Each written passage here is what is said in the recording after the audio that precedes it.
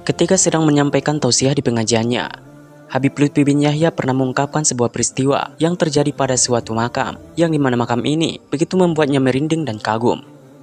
Habib Lutfi dengan tegas menjelaskan, menurut warga sekitar, orang yang berada di makam ini semasa hidup hanyalah orang biasa yang bekerja sebagai buruh. Beliau bukan seorang ulama, bukan kiai, bukan guru ngaji, bukan pula seorang ustadz. Akan tetapi, insya Allah beliau wafat dengan keadaan penuh perbekalan amal, ungkap Habib Lutfi. Hal yang membuat para warga di sana begitu merinding dan kagum dikarenakan ketika malam hari tiba, entah mengapa makam ini memancarkan cahaya bagaikan diberi lampu, sehingga jika ada orang yang melintas di tepi pemakaman umum ini pasti akan terbingung-bingung melihat satu makam ini yang begitu beda dengan makam-makam lainnya, ungkap Habib Lutfi bin Yahya. Habib Lutfi pun menjelaskan bahwa ia sudah pernah melihatnya langsung. Makam ini berada di suatu desa.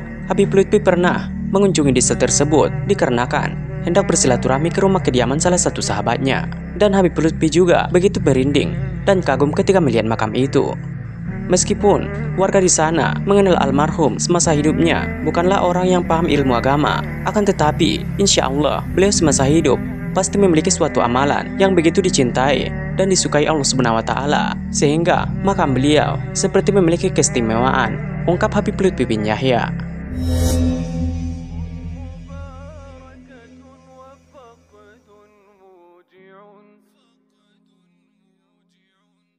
Ashrun mubarakatun wa faqdun muji'un qalbi lahu bakin wa dam'i jari سمح المحيا سار عن أحبابه ومضى وغادرنا لأطهر داري ودعتنا وتركت فينا لوعة فالكل يخفي دمعه ويواري الفهد يحكي للزمان حكاية ملئت بطيب الذكر والآثار أحبابه وصحابه.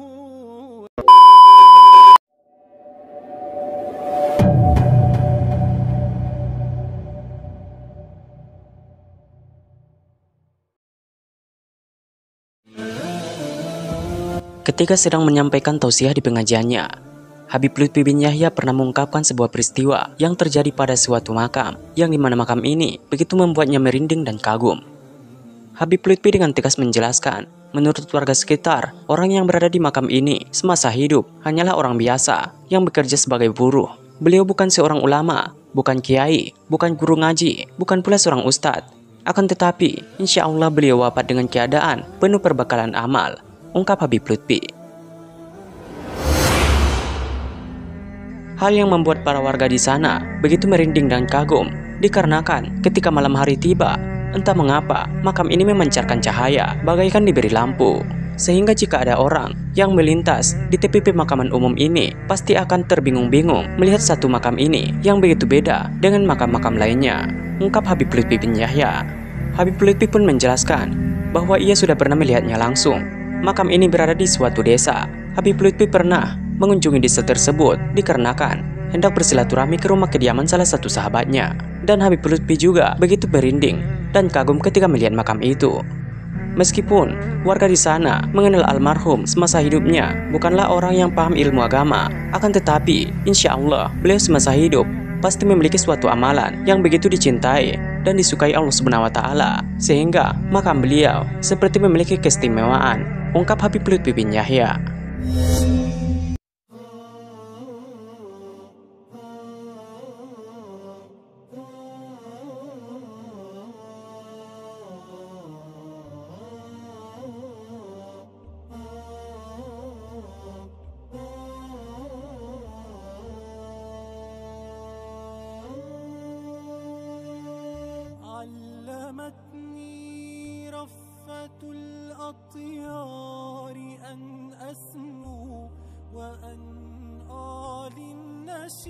عيدا علمتني كيف أبني قلعتي في الصخر كي أبقى عنيدا علمتني كيف أجني فرحتي عهدا وأبتدع القصيدة علمتني كيف أمضي في الفضاء الرحب نشوانا سعيدا رغم ما قد يعتريني من سهام لن تصيدا حاملا سيفي وشعري جاعلا صوتي غريدا معلنا صدق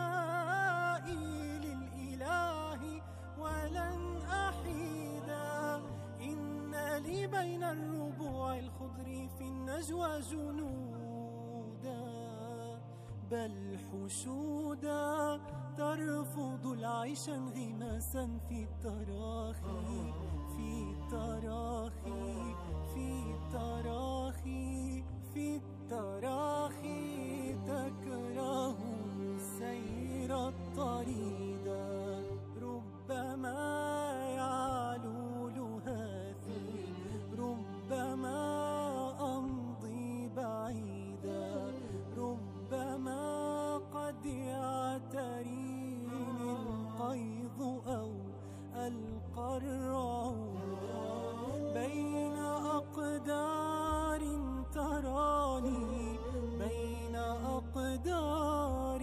تراني بين أقدار تراني مثل من ساروا وهيدا غير أني في حروفي أبتغي صوتي خلودا كل ما في العمر ماض في الثرى وعدا أكيدا حسب شعري أنني بالصبر مؤتزير عقودا حسب عمري أنني